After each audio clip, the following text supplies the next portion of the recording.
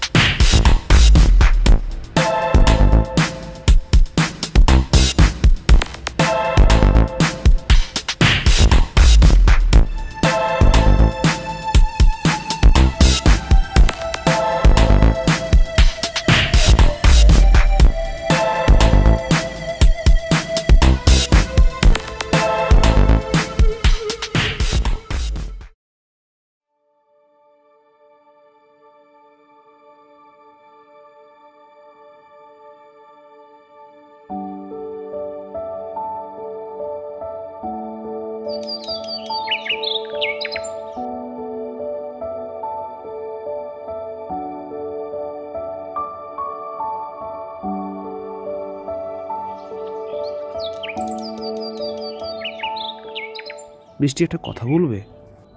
কোনোদিনও আমাকে একলা করে দূরে চলে যাবে না তো? ধরো চলে গেলাম, তখন কি করবে? জানি না, তখন হয়তো আর বেঁচে থাকতে পারবো না, মরে যাব। এসব আজে বাজে কথা কেন বলছো? তুমি তো বললে। ও, এখন আমি বলেছি? আর এসব যে আপনি শুরু করলেন মেঘনাথ বাবু। ओ सॉरी बृष्टि मैडम, मुझे माफ कर दीजिए, गलती हो गई है मुझसे।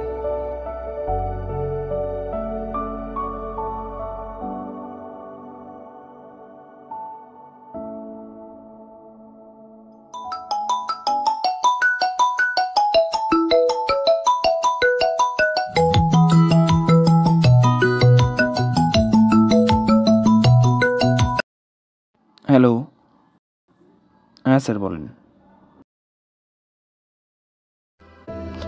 বাট স্যার কেন? স্যার হ্যালো, স্যার হ্যালো, কারণটা বলেছেন অন্তরু স্যার।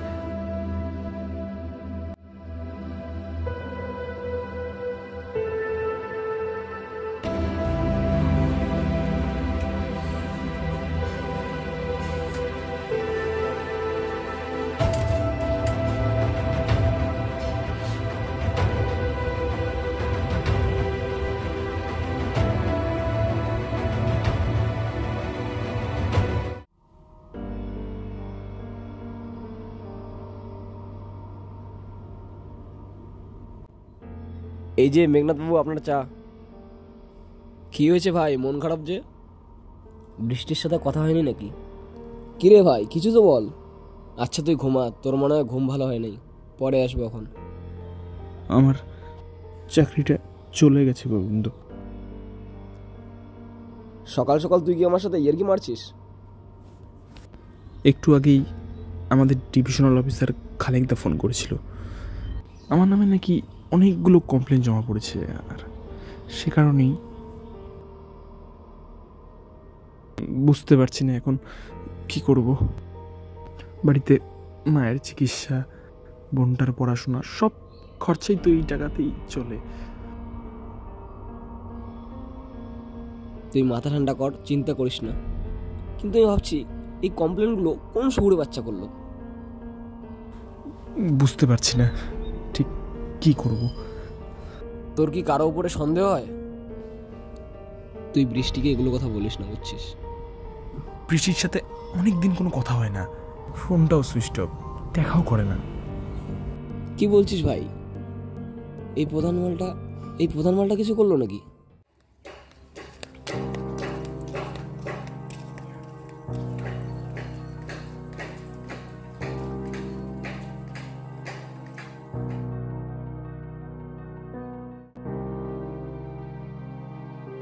গুড ইভিনিং দাদা। আরে বস। দাদা, ওই 100 দিনের কাজের লিস্ট আর প্রধানমন্ত্রী আবাস যোজনার ঘরের লিস্ট দুটো চলে এসেছে। আচ্ছা আচ্ছা, তো দাদা তুমি অনুমতি দিলে লোকজনকে জানিয়ে দেওয়ার কাজটা শুরু করে দিতে পারে। অনুমতি তো দিবই,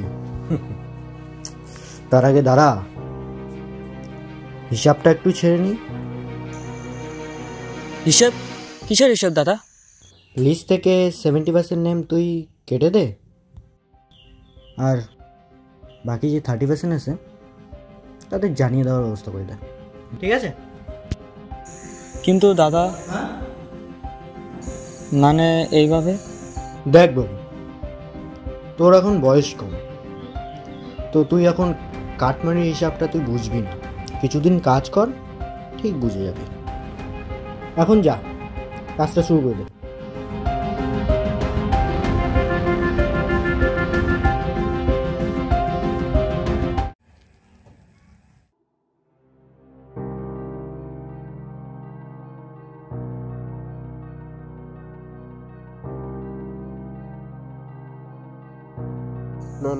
নমস্কার দাদা।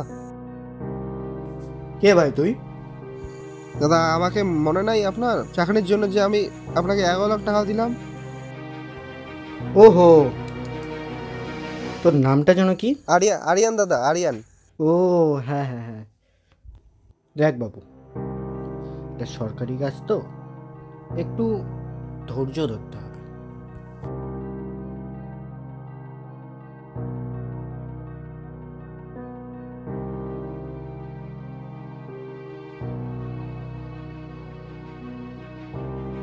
এই যে প্রধানবাবু। আরে রমেশ দা যে, কি ব্যাপার আজকে আমার কথা মনে পড়লো হঠাৎ? আরে ভাই, তুমি তো ছক্কা হাঁকিয়ে দিলে। আগামী বিধানসভায় তোমার টিকিট যে কনফার্ম। আরে কংগ্রাচুলেশনস ভাই, কংগ্রাচুলেশনস। তা কিভাবে এত দূর গেলে? সেটাই জানতে খুব ইচ্ছে করছিল, তাই চলে এলাম। একটু বলা যাবে কি? আরে সে তো অবশ্যই বলবো, তার আগে একটু চা খাবি কি? না না, সুগারটা খুব বেড়েছে। আচ্ছা, সিগারেট হবে কি?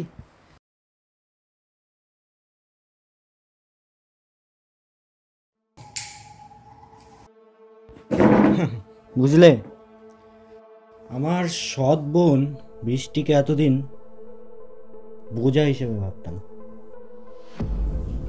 কিন্তু ওই শালির জন্য আমার যে এতটা উপকার হবে সেটা আমি ভাবতেও পারিনি। আরে ও আবার তোমার কোন উপকারটা করলো? আরে আমাদের পার্টির জেলা সভাপতির ছেলের বৃষ্টিকে খুব পছন্দ হয়েছিল। একদিন সভাপতি আমাকে ওনার ছেলের সঙ্গে বৃষ্টির বিয়ের প্রস্তাব দিলেন। তখনই আমি সুযোগ বুঝে ওনাকে একটা শর্ত দিলাম যে আগামী বিধানসভায় আমার টিকিট লাগবে। উনি প্রথমে রাজি হননি, কিন্তু পরে ছেলের জোরাজুরিতে মেনে গেলেন। তো এইভাবেই আমার বিধানসভার টিকিটও হয়ে গেল, আর বৃষ্টিও হয়ে গেল। কার? আরে বাহ, আপনি তো একদম জমিয়ে খেলেছেন প্রধানবাবু। তা বৃষ্টির এই বিয়েতে মত আছে কি? মানে অন্য কোথাও মন দিয়ে রাখিনি তো? একটা কাটা তো ছিলই, কিন্তু সেটাকেও আমি উকড়ে ফেলে দিয়েছিলাম। আরে ওটা আবার কোন শুয়োরের বাচ্চা? আরে এই আমাদের পোস্টমাস্টার মেঘ, মালটার পিরিত ছিল বৃষ্টির সাথে। আরে পোস্টমাস্টার মেঘ, ও কি না তোমার বোনের সাথে? এই জন্যই তো মালটার চাকরিটা খেয়ে নিলাম।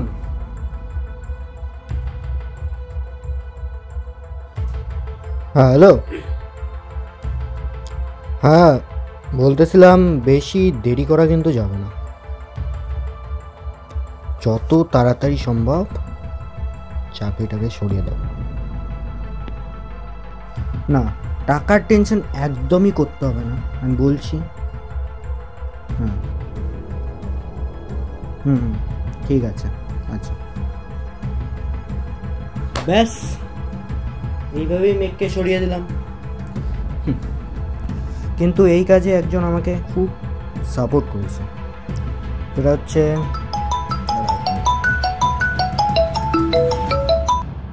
হ্যাঁ দাও।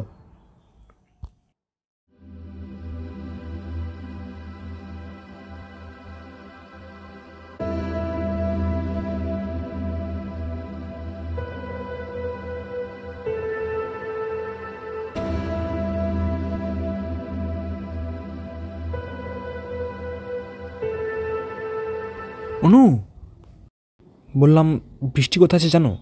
ওকে ফোন করছি, ওর ফোনটাও সুইচ অফ। অনেক দিন হয় দেখা করে না। ওর কি কিছু হয়েছে মানে বলতে পারবে? আরে মেঘ, তুমি জানো না বৃষ্টির তো বিয়ে ঠিক হয়ে গেছে। ও,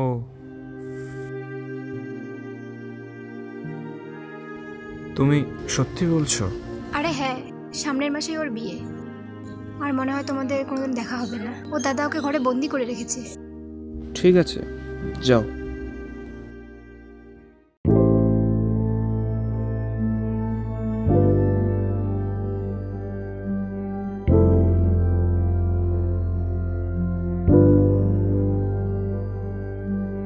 স্বপ্ন সব মন্দির কেন আজ আমার চিঠিপত্র দেয় পিছু টান, চোখে জল না পাওয়া, না বলা কথা আর বলা হলো না, হলো না। চিঠি লেখার বলা হলো না, হলো না। না বলা কথা আর বলা হলো না, হলো না। চিঠি লেখার বলা হলো না, হলো না। কেন এমন নিয়তি আমাদের, ভালোবাসার পরিণতি কিভাবে পাবে জানি না তা। সব আশাই এখন হতাশা, আমার সব স্মৃতি জুড়ে তুমি আছো, আমার সব স্বপ্নে আমরাই তোমাকে ছাড়া আমি বাঁচতে পারবো না। কেন আমি তোমাকে আরো আগলে রাখিনি, কোনোদিন যে সব হারাতে পারি কেন ভাবিনি। তোমার লেখা আমার এটা ঠিক যেন শেষ চিঠি, বলা কথা আর বলা হলো না, হলো না। চিঠি লেখার বলা হলো না, হলো না। না বলা কথা আর বলা হলো না, হলো না। চিঠি লেখার বলা হলো না, হলো না।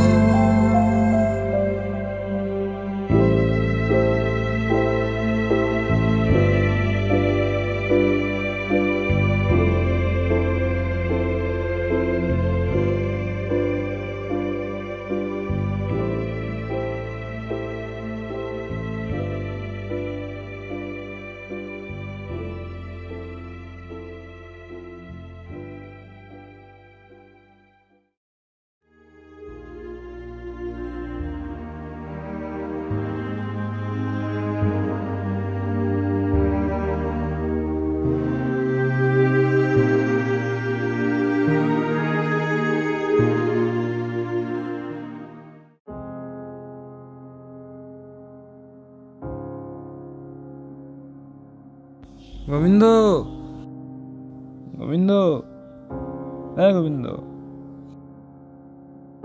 মেঘ, তুই মদ খেয়েছিস? আসলে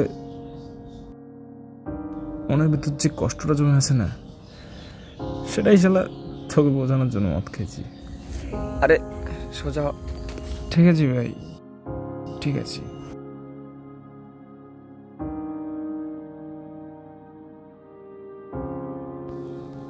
জানিস ভাই, আমার না মনটা ভালো নেই, খুব কষ্টে বেঁচে আছি শালা। ভাই তুই তো আমার ভাই রে, একটা হেল্প করতে পারবি আমার জন্যে? বৃষ্টিকে না আমি শালা পালিয়ে নিয়ে আসবো, বুঝলি? ওকে ছাড়া আমি খুব অসহায়, রাতে ঘুমোতে পারি না শালা, পাগলের মতো হয়ে গেছে। কিন্তু ওই প্রধান শুয়োর বাচ্চা ষড়যন্ত্র করে বৃষ্টির বিয়ে অন্য জায়গায় ঠিক করেছে। কয়েকদিন পরে বৃষ্টির বিয়ে, আর তুই বলছিস এখন তাকে তুই পালিয়ে নিয়ে আসবি? কিন্তু বৃষ্টি তো নিচের ইচ্ছেতে বিয়ে করছে না শালা, ওই সরে বাচ্চা প্রধানের চাপে বৃষ্টি বিয়ে করছে। আমার বৃষ্টি আমারই আছে, দেখিস একদিন ওকে আমি ঠিক নিয়ে আসবো। তুই আমাকে হেল্প করবি তো ভাই? আমি জানি তুই করবি।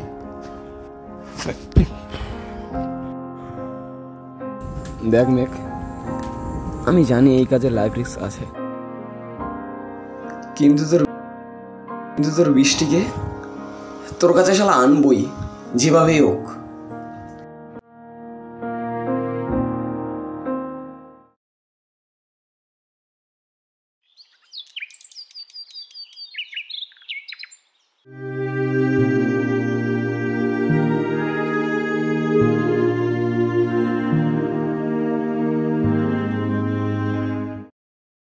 মেঘ,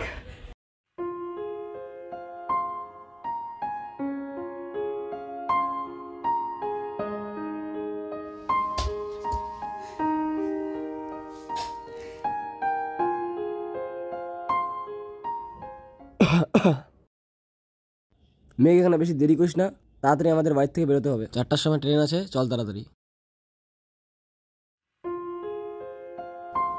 আরে থ্যাংক ইউ বলতে হবে না, তুই তাড়াতাড়ি ব্যাগটা নে, তাড়াতাড়ি যেতে হবে আমাদের। আরে তুই তো আমার ভাই রে, তোর জন্য এতটুকু করতেই পারি। আরে হ্যাঁ তাড়াতাড়ি কর, আমি গাড়িটা নিয়ে বেরোচ্ছি।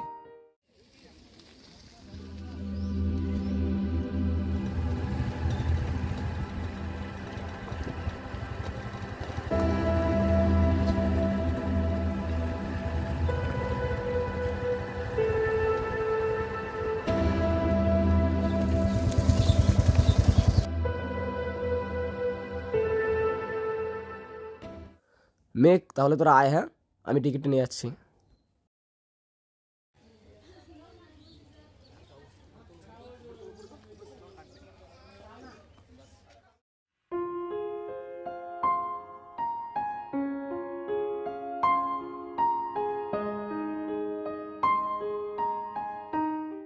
ভাই ট্রেন ক্যান্সেল হয়ে গেছে।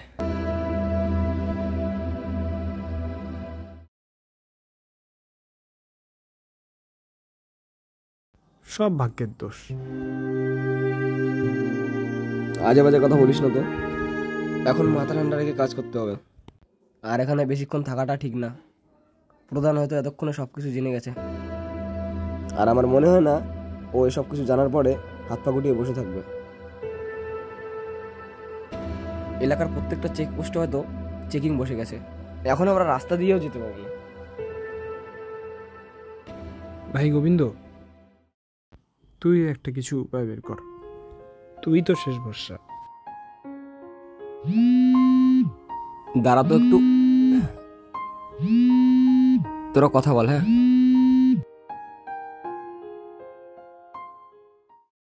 আমার খুব ভয় করছে মেঘ, আমি আর তোমাকে হারাতে চাই না।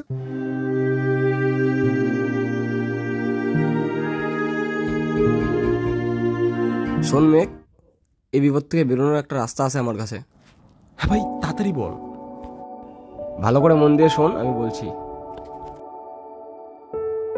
এখান থেকে 2-3 কিমি হাঁটলে আমার এক বন্ধুর বাড়ি আছে, খুব পরিচিত। হ্যাঁ ওখানে যদি তোরা একবার যেতে পারিস তাহলেই সেফ থাকবি, যাস একবার। এখন ভাব কি করবি।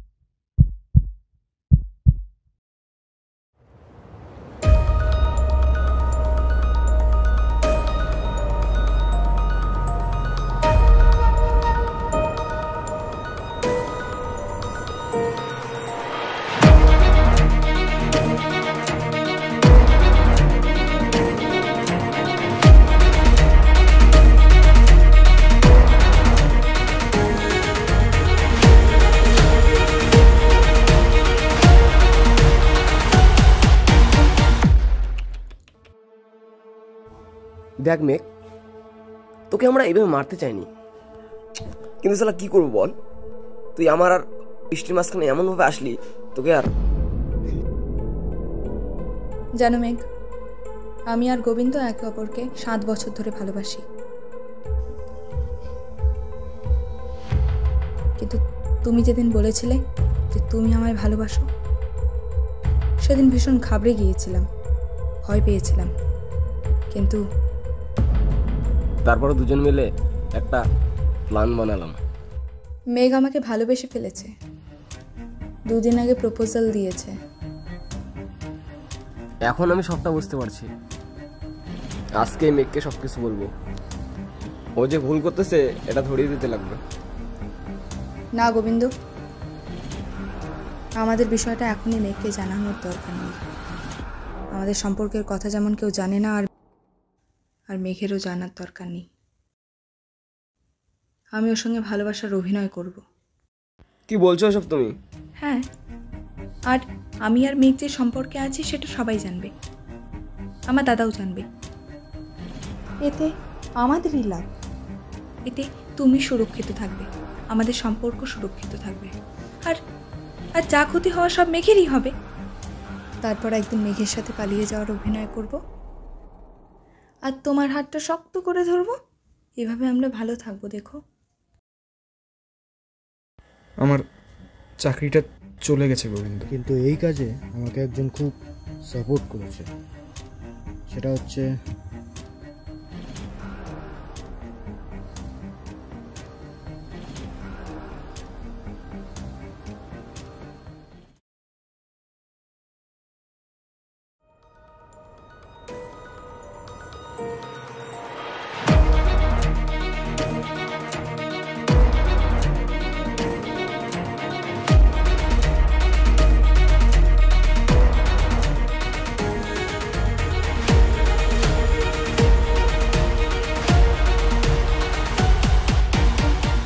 এখন যদি বলো ভুল করেছি, তাহলে করেছি।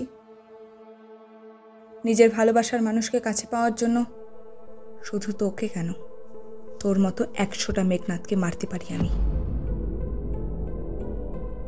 বন্ধু দেখ মেঘ, এরপর তুই যেখানে থাকিস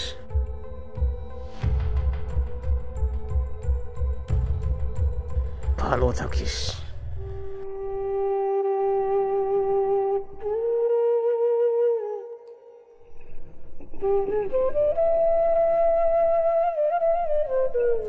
মা আসলাম। সাবধানে যা বাবা, বাইরে গিয়ে সবাইকে বিশ্বাস করিস না, কিন্তু ভালোভাবে থাকিস।